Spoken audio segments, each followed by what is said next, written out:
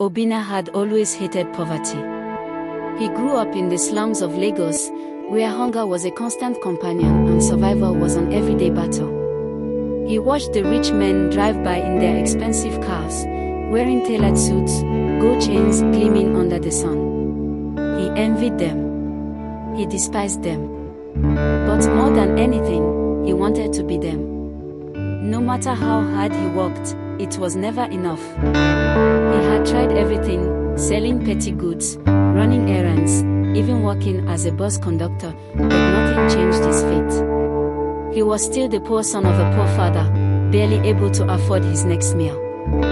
Then, one fateful evening, he met Kosoli. Kosoli had once been like him, poor, desperate, hopeless. But now, he was different. He wore a designer shirt, his wrist glittered with a gold watch, and his pockets never ran dry. "How did you do it?" Obinna asked him over a bottle of beer. "What's your secret?" Kosoli smirked. "There's no free wealth in this world, Obinna. You must be willing to pay the price." Obinna leaned in. "What price?" Kosoli's smirk deepened. He took a long sip of his drink, then whispered, "Blood." Obinna's stomach jumped. He had heard whispers of men who went to the dark side to gain wealth, ritualists who sacrificed innocent lives for power. But he had never believed in it. Yet, here was Kosoli, living proof. "I'm not a killer," Obinna said, his voice weak. Kosoli laughed. "Neither was I. But hunger is the greatest teacher. Tell me, do you really want to die poor?" Obinna said nothing. Kosoli leaned in closer. "There's a man, Baba Agba. He can change your life. But you must be ready." Obinna felt a lump in his throat. He should have walked away. He should have forgotten everything and gone back to his miserable life. But instead, he nodded. That night, Kosoli took him deep into the forest to Baba Agba's shrine. The air was thick with the scent of burning herbs. Strange symbols were drawn on the ground in red chalk, and eerie whispers floated in the air. The old man sat cross-legged before a fire, his eyes glowing with something unnatural. He stared at Obinna for a long moment before speaking. "You seek wealth?" Obinna nodded. "The spirit demands an offering." Obinna swallowed.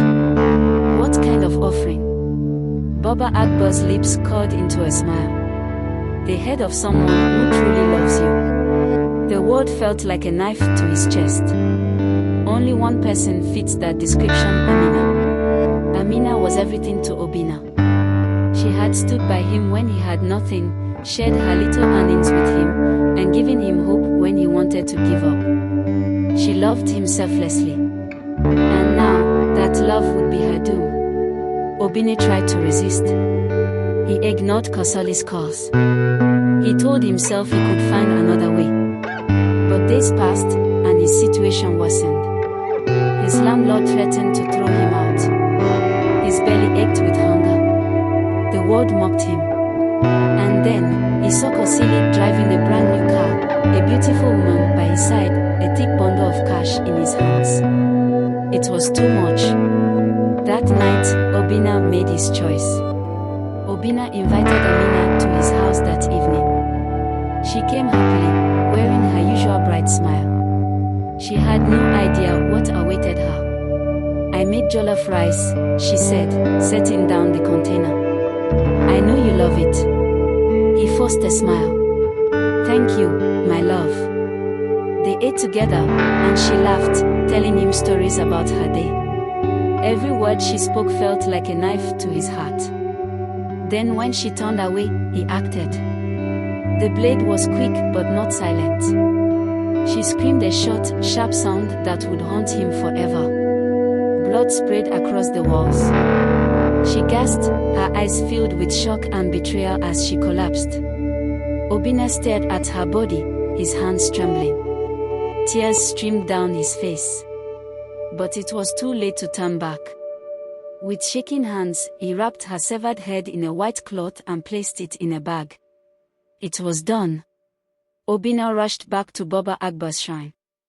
I have it, he gasped, placing the bag before the old man. Baba Akbar unwrapped the cloth, examining the head. Then his face darkened. This head carries a curse.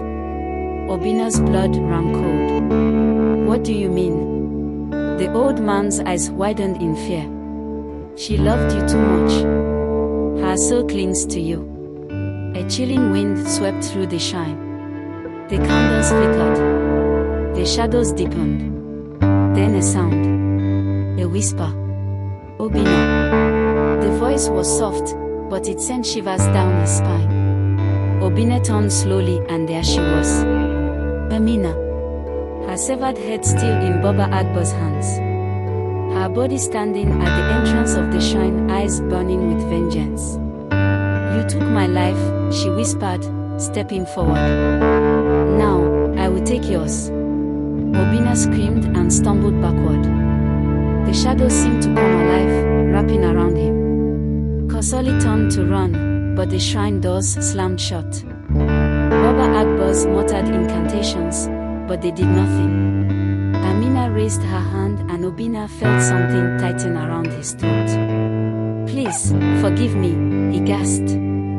Her lips twisted into a smile. Did you forgive me? With a final ear-piercing wail, she plunged her hand into his chest. Darkness, I swallowed him. The next morning, villagers found Obina's lifeless body in the shrine. His head was missing. Kosoli was never seen again. Baba Akbar's shrine burned to the ground, and whispers spread through the land. The gods had spoken, and the price of blood had been paid. Some sacrifices bring wealth, but some brings death.